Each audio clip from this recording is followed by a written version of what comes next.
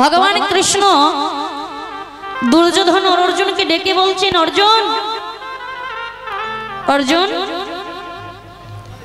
এই যে তোমাদের মধ্যে দুজনের মধ্যে যে দ্বন্দ্ব, বলতে পারো আমি কার পক্ষে নেব? আমি দুর্যোধনের পক্ষে নেব না এই অর্জুন পক্ষে পঞ্চ পাণ্ডবদের পক্ষে নেব? ভগবান আমার বলছেন, শোনো, আমি নিজে একটা বিচার করেছি। কি? আমি কাল প্রভাতে ঘুম থেকে উঠে যার বদন খানি আগে দর্শন করব, আমি সেই পক্ষে নেব। দেখুন বাবা, ভগবান কি বললেন? ঘুম থেকে উঠে যার বদন আগে দর্শন করবেন তিনি তার পক্ষে নেবেন। বাবা, দুর্যোধনের কথা শুনে রাত থাকতে থাকতে ভগবানের কক্ষে চলে গেছে। ভগবানের কক্ষে গিয়ে দেখছেন কৃষ্ণ ঘুমিয়ে আছে। বাবা, দুর্যোধন ওই কক্ষে গিয়ে চারিদিকে বসার জায়গা খুঁজে বেড়াচ্ছে আর মনে মনে বলছে, কৃষ্ণ তুমি তো জানো আমি তোমার কক্ষে আসব, তো আমার আসবো জেনে তুমি আমার জন্য একটা বসার সিংহাসন রাখতে পারো? আমি এসে বসবো, আমার জন্য একটা তুমি সিংহাসন জোগাড় করে রাখতে পারো? ভগবান আমার কি করলেন দেখুন, ওই ভগবান যেভাবে ঘুমিয়ে আছেন তার মস্তকের দিকে একটি স্বর্ণের সিংহাসন রয়েছে। আর সেই সিংহাসনটি দর্শন করে দুর্যোধন বলছে, কৃষ্ণ তুমি আমাকে এত ভালোবাসো যে আমার জন্য তুমি এই স্বর্ণের সিংহাসন রেখেছো।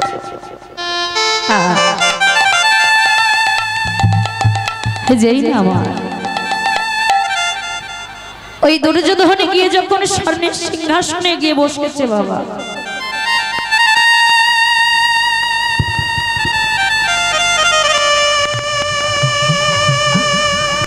হরি বল হরি বল হরি বল। ওই স্বর্ণের সিংহাসনে যখন কৃষ্ণের মাথার কাছে গিয়ে বসেছে, ওই দুর্যোধন বসেছে কেমন সিংহাসনের উপরে বসে পায়ের উপরে পাটা তুলে বসেছে।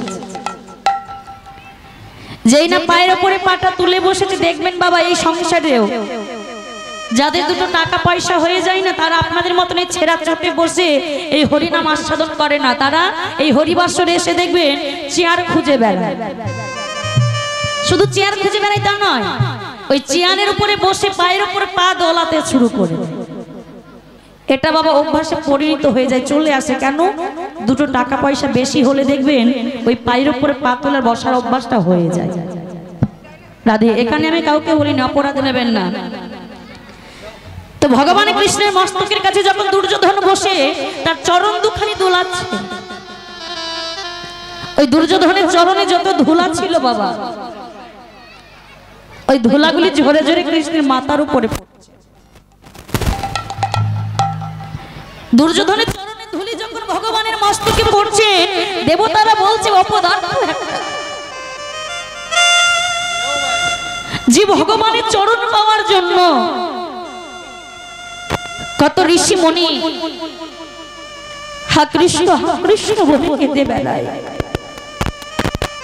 কত ঋষি মুনি ভগবানকে পাওয়ার জন্য সারাটা জীবন ধ্যান তপস্যা করে কাটিয়ে দেয়, তবু ভগবানের চরণ পাই না।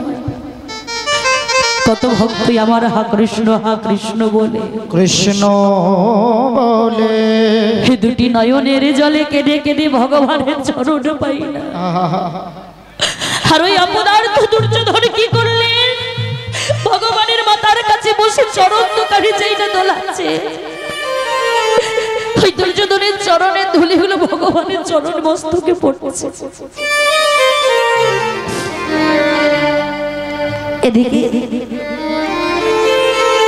অর্জুনের ঘুম ভাঙেনি বাবা, সকাল হয়ে গেছে। মনে পড়ে গেছে ভগবানের কথা। কৃষ্ণ তো বলেছে ঘুম থেকে যার বদন আগে দেখবে কৃষ্ণ তার পক্ষে নেবে। আমার মনে হয় এতক্ষণ কৃষ্ণ দুর্যোধনের হয়ে গেছে। আমার যত ঘুমগুলো আমার চোখে দিয়েছে কৃষ্ণ। যেই না দুটি নয়নের জলে কেঁদে কেঁদে অর্জুন বলছে সখা, ও সখা, আমি জানি সখা এতক্ষণে তুমি কৃষ্ণের হয়ে গেছো, তবু সখা গো, সখা গো, আমি যদি তোমার ওই চরণে একটু আশ্রয় পেতাম, যদি ওই তোমার চরণে দুখানি যদি আমি একবার হৃদয়ে ধরতে পারতাম, হৃদয়ে ধরতে পারতাম সখা, ওগে সখা, আজ তুমি যে আমার নয়নে এত ঘুম দিলে, যে ঘুমের কারণে আমি তোমার চরণে আশ্রয় পেলাম না, এত দেরি হয়ে যাওয়ার পরেও যখন অর্জুন আমার ভগবান কৃষ্ণের কক্ষে গেলেন, যে হয়তো এতক্ষণে কৃষ্ণ দুর্যোধনের হয়ে গেছে, তাই কি করলি, কৃষ্ণের কক্ষে যেই না প্রবেশ করে দেখলেন কৃষ্ণ তখনও ঘুমাচ্ছে। যেই না ঘুমাচ্ছে দেখে অর্জুন আর বসার জায়গা পাচ্ছে না, কোথায় বা বসবে। দেখছে কৃষ্ণের চরণে বাবা একটি কুশ আসন রাখা রয়েছে। আস্তে সব মায়েরা বাবার আস্তে কথা বলুন, আস্তে কথা বলুন, আপনারা কথা বলছেন আমাদের ভাব নষ্ট হয়ে যাচ্ছে। আর যদি কথা বলেন তাহলে আপনারা বলেন, আমি দাঁড়িয়ে থাকছি। রাধে, কথা বলবেন না। যেই না কৃষ্ণ আমার অর্জুন যখন দেখছেন কৃষ্ণ এখনো ঘুমাচ্ছে, ওই কৃষ্ণের চরণের কাছে অর্জুনকে কুশাসনে বসে কৃষ্ণের চরণ দুখানি বক্ষ মাঝে ধরেছে, আর বক্ষ মাঝে ধরে বলছে সখা, আমি ভাবলাম তুমি হয়তো এতক্ষণে দুর্যোধনের হয়ে গেছো, কিন্তু এখন দেখছি তুমি ঘুমিয়ে আছো। সখা, আজ আমার মতো ভক্তের জন্য তুমি এখনো অপেক্ষা করলে। ভগবান মনে মনে বলছে, অর্জুন আমি তো আগেই বলেছিলাম ভক্তি যার কৃষ্ণ তার, আমি জানতাম তুমি আসবে। ভগবান ঘুমানোর ছলনা করে এখনো ঘুমিয়ে রয়েছেন, আর ওই অর্জুনে কৃষ্ণ চরণ বক্ষে ধরে বলছে সখা, সখা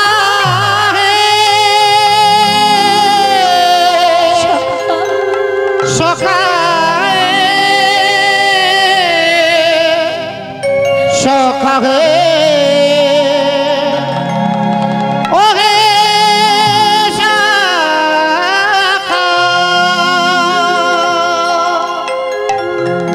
যেই নামা কৃষ্ণ চরণ দুখানি বক্ষ মাঝে অর্জুন আমার নয়নের জলে কেঁদে কেঁদে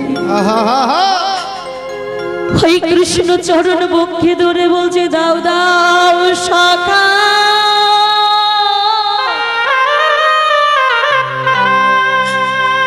সখা চরণ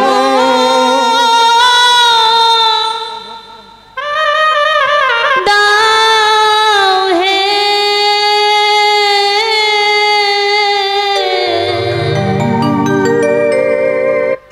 একেবারে দাও দাও সখা, নিতাই গৌর হরি বল হরি বল।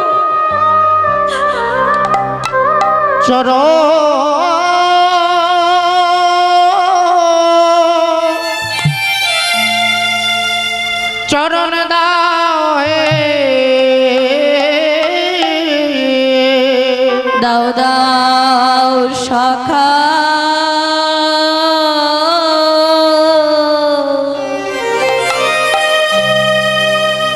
সখা তোমার চরণ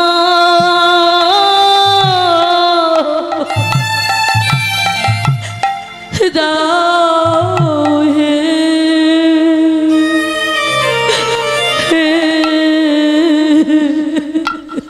দাও দাও দাও দাও সখা,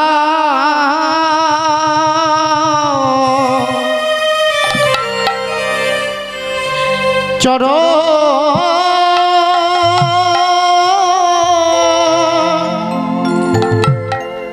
চরণ দাও হে তোমার ওই চরণে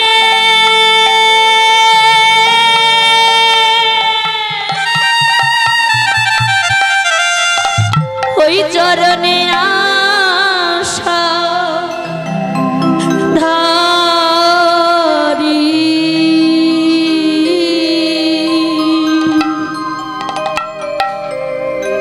শাখা দাও দাও আমার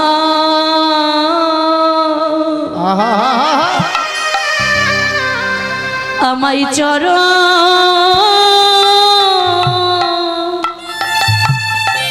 দাও হে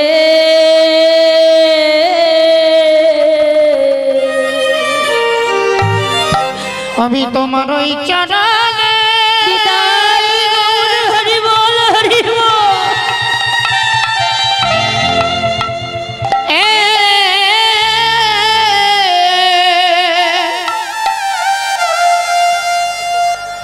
ওই চরণের আশা আশাধারী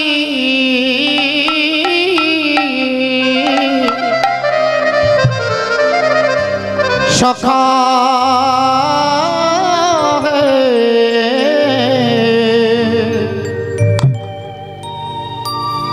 দাও দাও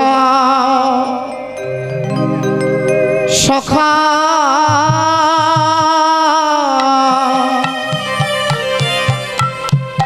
তোমার চরণ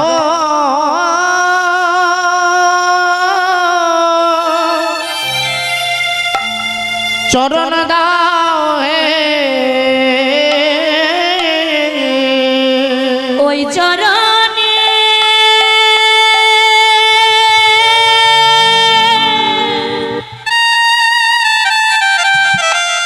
ওই চরণে আশা ধারি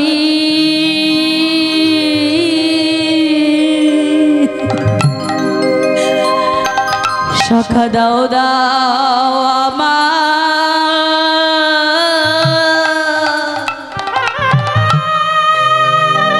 আমায় চরণ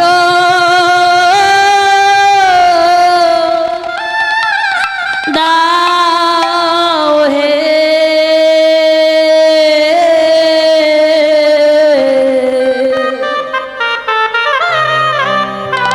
আমি যে তোমার ওই চরণে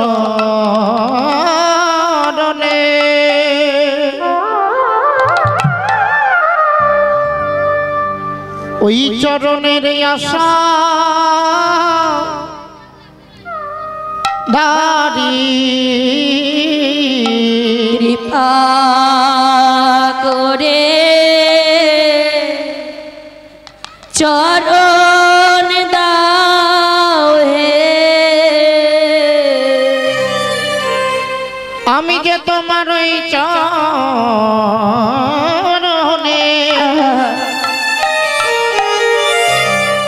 ওই চরণের আশা নারী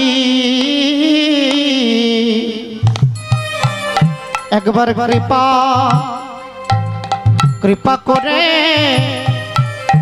চরণ দাও হে আমি যে তোমার ওই চরণে আশা ধারি শুধু এ জন্মে না প্রতি জন্মে জন্মে তোমার এই চরণে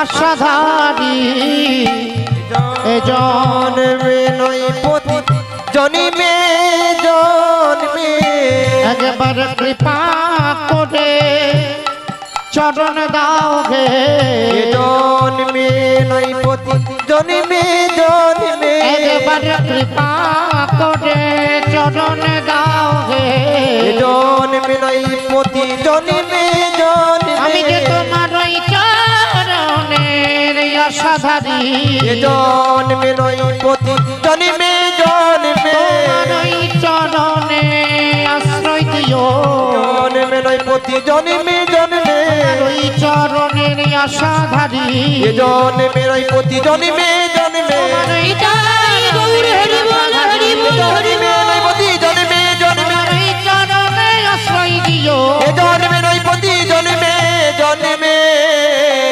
সখা কৃপা করে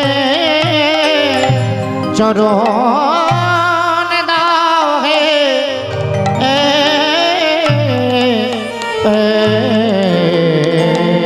দেখুন বাবা, কোন ভক্ত যদি ভগবানের চরণ বক্ষ মাঝে ধারণ করে যদি এমন ভাবে কাঁদে, ভগবান কি ভক্তের ডাকে না সাড়া দিয়ে থাকতে পারে? কৃষ্ণ তো ঘুমিয়েছিল, অর্জুন যখন কৃষ্ণ চরণ বক্ষে নিয়ে যখন কাঁদছে, ভগবানের কৃষ্ণ আর ঘুমিয়ে থাকতে পারলো না বাবা। সঙ্গে সঙ্গে ঘুম থেকে উঠে সখা